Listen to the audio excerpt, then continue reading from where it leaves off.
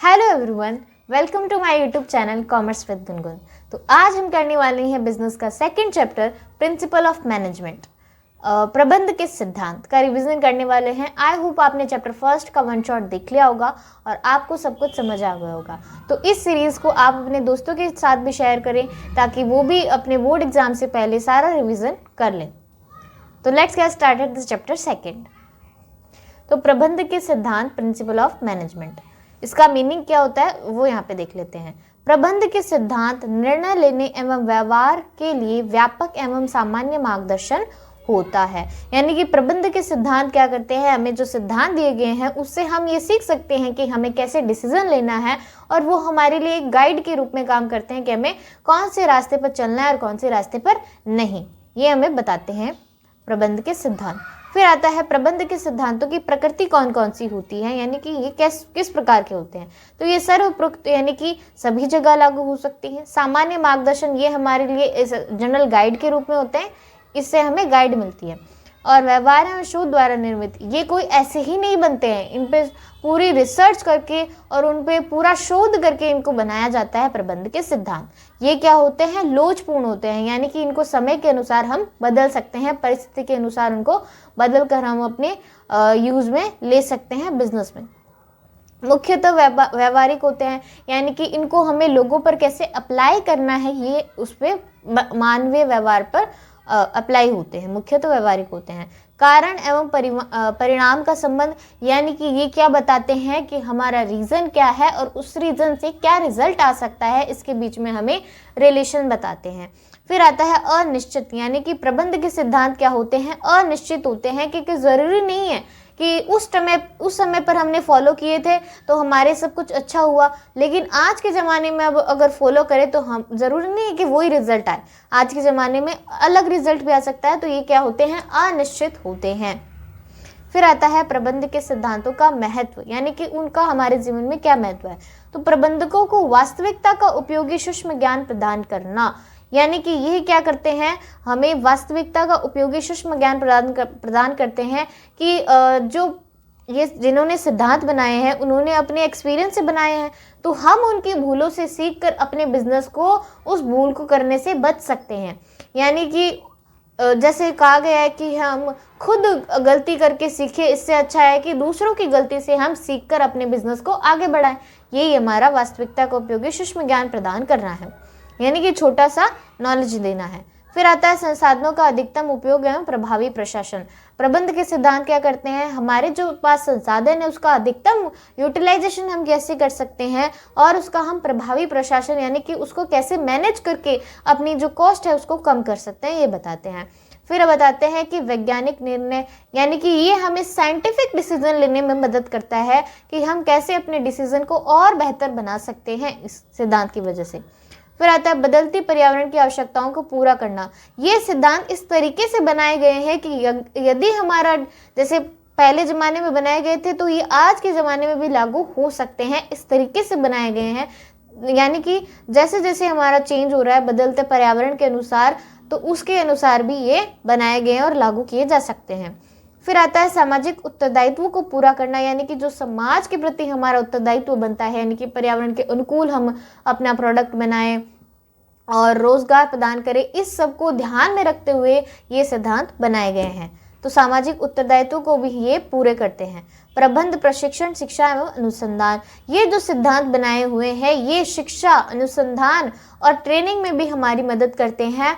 जैसे कि शिक्षा में जैसे कि एमबीए है, एमबीए में यही पढ़ाते हैं, प्रबंध के सिद्धांत पढ़ाते हैं।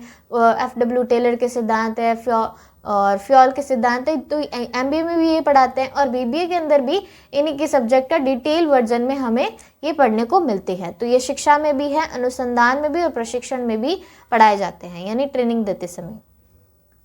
फिर आता है हमारे पास हम पढ़ते हैं वैज्ञानिक प्रबंध के सिद्धांत FW टेलर द्वारा हमें क्या दिया गया। तो FW टेलर का पूरा नाम पूछा जाए तो क्या है, फ्रेडरिक मिस्लो टेलर। ये एक अमेरिकी मैकेनिकल इंजीनियर है और जिन्हें हम क्या कहते हैं, वैज्ञानिक जनक कहते हैं, वैज्ञानिक प्रबंध के जनक भी कहते हैं। और इन्होंने कितने प्रिंसिपल दिए हैं, हमें 4 प्रिंसिपल दिए हैं। पहला प्रिंसिपल है वैज्ञानिक पद्धति न कि अंगूठा टेक नियम, यानी कि हमने साइंटिफिक रीजन के अनुसार हमें अपना डिसीजन लेना है, न कि अंगूठा टेक, यानी कि न कि किसी के बताए हुए फॉर्मूले पे हमें सीधा सीधा चलना है। हमें अपना डिसीजन भी लेना चाहिए कि उसको हम किस तरीके से फॉलो कर सकते हैं।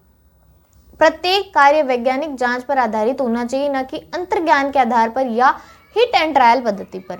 यानी कि ऐसे नहीं होना चाहिए कि उसने किया है, उसको ऐसे सफलता मिली है तो हम भी ट्राई करके देखते हैं, हमें भी सफलता मिल जाएगी। ऐसा बिल्कुल नहीं होना चाहिए, क्योंकि हमारी सिचुएशन अलग है और उसकी सिचुएशन अलग होगी। तो हमें अपनी वैज्ञानिक पद्धति पूरी जांच करके हमें उनको फॉलो करना चाहिए। फिर आता है सहयोग न कि टकराव, यानी कि मैनेजर क्या होता है, श्रमिक और प्रबंधक क्या होता है, श्रमिक के बीच की कड़ी होता है, श्रमिक और कंपनी के मालिक के बीच की कड़ी होता है। संगठन में सभी सदस्यों को एक साथ मिलकर यानी आपसी समझ और स्वस्थ व्यवहार के साथ काम करना चाहिए। यानी कि प्रबंधक को चाहिए कि वो कर्मचारियों की समस्याओं को समझे, उन्हें ज़्यादा काम के लिए ज़्यादा प्रेशर ना दे और उनके साथ मिलजुल कर व्यवहार के साथ अपने जो कंपनी का उद्देश्य है उसको मिलकर प्राप्त करें। यानी कि सहयोग की भावना उनमें होनी चाहिए, प्रबंधक में और कर्मचारी में। सहयोग न कि व्यक्तिवाद, एक दूसरे के सहयोग से काम करना चाहिए, आपसी विश्वास और एक दूसरे के प्रति समझ के साथ है। प्रबंधक को और कर्मचारी को ये मानना चाहिए कि हाँ, उन दोनों को ही एक दूसरे की आवश्यकता है और वो दोनों साथ में मिलकर ही कंपनी के उद्देश्य को प्राप्त कर सकते हैं। तो उन दोनों में क्या होना चाहिए, सहयोग की भावना होनी चाहिए, यानी उनमें आपस में द्वेष नहीं होना चाहिए। प्रत्येक व्यक्ति, चौथा है हमारा, प्रत्येक व्यक्ति का उसकी अधिकाधिक क्षमता एवं समृद्धि के लिए विकास, यानी कि हर एक व्यक्ति को, कंपनी के हर एक व्यक्ति को अपनी अधिकाधिक क्षमता, उनकी कितनी कैपेबिलिटी है, वो कितना काम कर सकता है, उनका कितनी ग्रोथ हो सकती है, उसके हिसाब से काम करना चाहिए। किसी संगठन की दक्षता उसके श्रमिकों की दक्षता पर निर्भर करती है और उचित चयन और प्रशिक्षण द्वारा श्रमिकों की दक्षता को बढ़ाया जा सकता है। उनको ट्रेनिंग देकर और श्रमिकों की दक्षता को हम बढ़ा सकते हैं। फिर आता है वैज्ञानिक प्रबंध की तकनीक। कितनी तकनीक दी है, इन्होंने 4 प्रिंसिपल दिए हैं और FW टेलर ने 4 प्रिंसिपल और 7 टेक्निक दी है। टेक्निक कौन कौन सी है, कार्यात्मक फॉर्मेनशिप, कार्य का प्रमापीकरण एवं सरलीकरण, कार्य पद्धति अध्ययन, गति अध्ययन, समय अध्ययन और थकान अध्ययन और विभेदात्मक पारिश्रमिक प्रणाली। तो कार्यात्मक फॉर्मेनशिप में देखो, कार्यात्मक फॉर्मेनशिप में क्या बताया गया है, कार्य विभाजन और विशेषज्ञता के सिद्धांत का विस्तार है। प्रत्येक कर्मचारी को 8 फॉरमैन से आदेश लेना चाहिए। इसमें ये बताया गया है कि 8 फॉरमैन कौन कौन से होते हैं। पहला है नियोजन अधिकारी, जो नियोजन करते हैं, प्लानिंग करते हैं। निर्देश कार्य क्या करते हैं, श्रमिकों के लिए आपकी बुक में, NCERT बुक में इसका फ्लो चार्ट दिया हुआ है। अगर इसका क्वेश्चन आता है तो आपको वो फ्लो चार्ट ज़रूर बनाना है और उसको पूरा एक्सप्लेन करना है, ताकि आपकी प्रेजेंटेशन बेहतर हो और आपका आंसर भी बेहतरीन लगे। निर्देश कार्य क्या है, श्रमिकों के लिए ड्राफ्ट निर्देशित करना। कार्यक्रम क्लर्क का क्या काम है, उत्पादन का मार्ग निर्दिष्ट करना, यानी कि उत्पादन कैसे बनाना है वो निर्दिष्ट करना। समय और लागत क्लर्क क्या करता है, समय और लागत पत्रक तैयार करते हैं। अनुशासक अनुशासन सुनिश्चित करता है। उत्पादन अधिकारी यानी जो प्रोडक्शन बनाने वाले हैं। गति नायक क्या करता है, समय पर और सही ढंग से काम पूरा हो, समय पर हो और सही ढंग से काम पूरा हो। टोली नायक क्या करता है, संचालक के लिए उपकरण और मशीनें तैयार करता है। मरम्मत नायक, जब भी किसी काम में कोई रिपेयरिंग आती है तो काम ठीक से होता है, रिपेयरिंग का काम करते हैं ये। और निरीक्षक काम की गुणवत्ता की जांच करते हैं। ये हमारा कार्यात्मक फॉर्मेनशिप हो गया।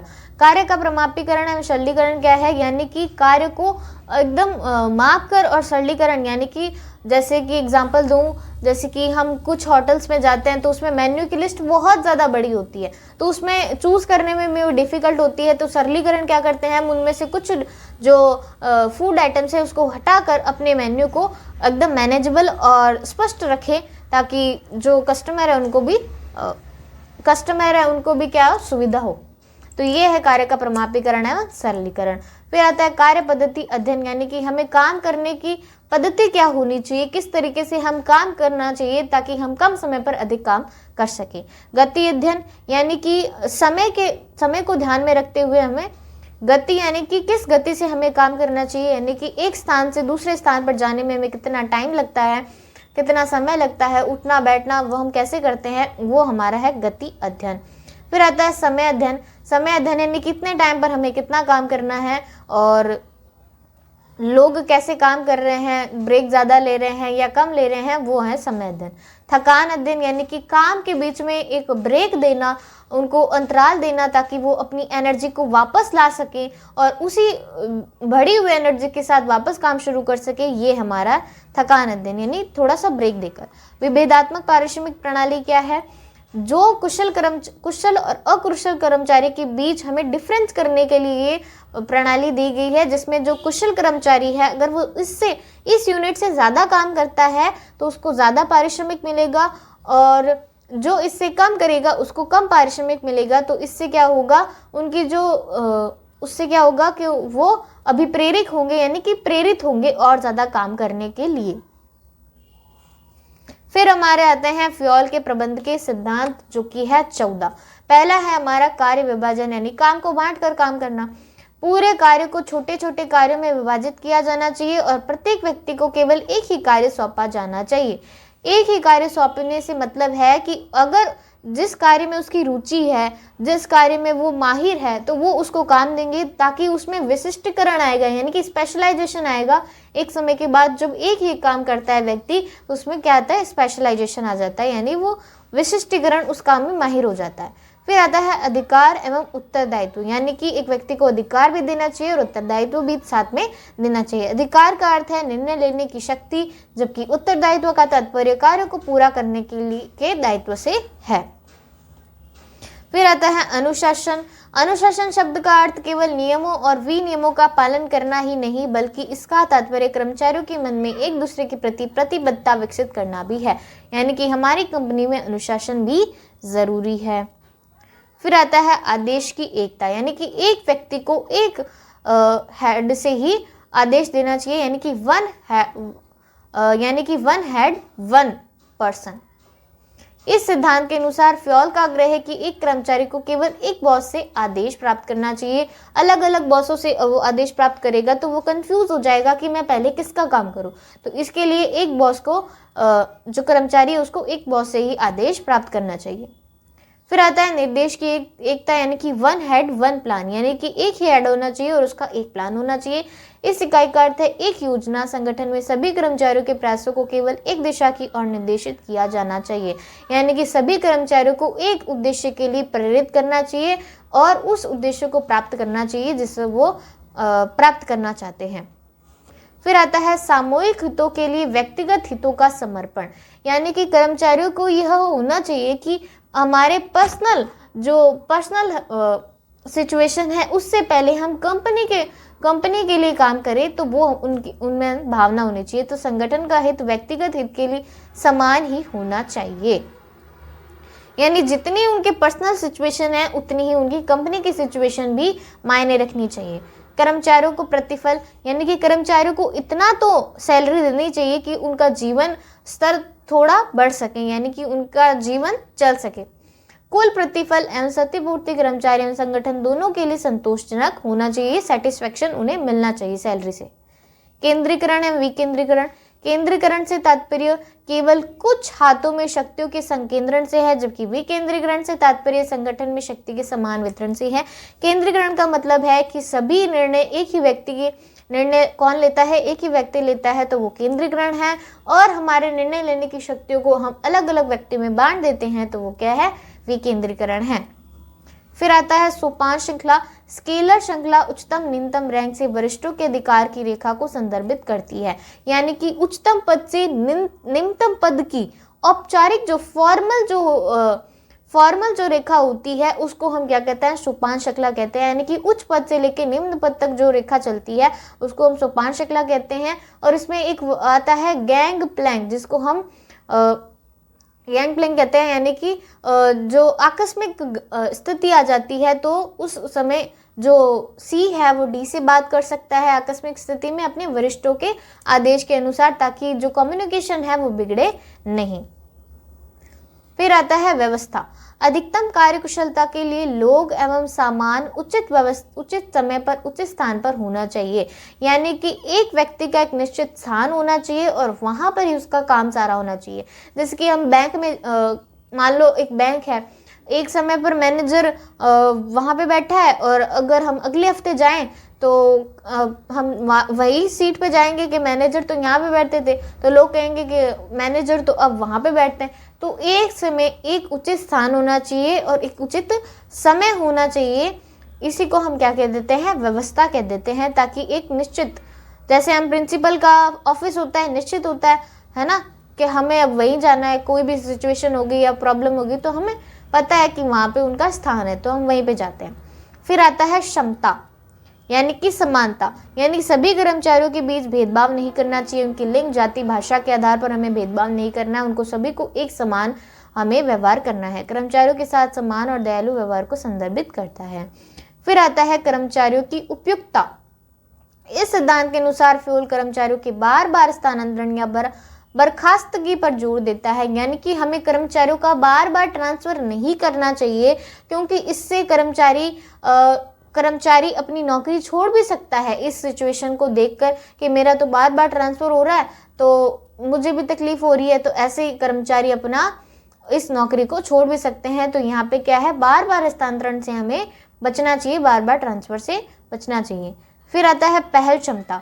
कर्मचारी को योजना बनाने और क्रियान्वित करने में कुछ पहल करने का अवसर दिया जाना चाहिए, जिसके लिए उन्हें पुरस्कृत भी किया जा सकता है। इससे उन्हें बहुत संतुष्टि मिलती है। यानी कि अगर कोई कर्मचारी एक आइडिया लेकर आता है और वो आइडिया हमारी कॉस्ट को कम करता है तो हमें उसको पुरस्कार भी देना चाहिए, उसको सम्मानित करना चाहिए, जिससे उसका कॉन्फिडेंस भी बढ़ता है। फिर आता है सहयोग की भावना। प्रबंधक को कर्मचारियों में एकता एवं पारस्परिक सहयोग की भावना को बढ़ावा देना चाहिए। मैं नहीं, पूरी बातचीत में मैं नहीं, हम का प्रयोग करना चाहिए।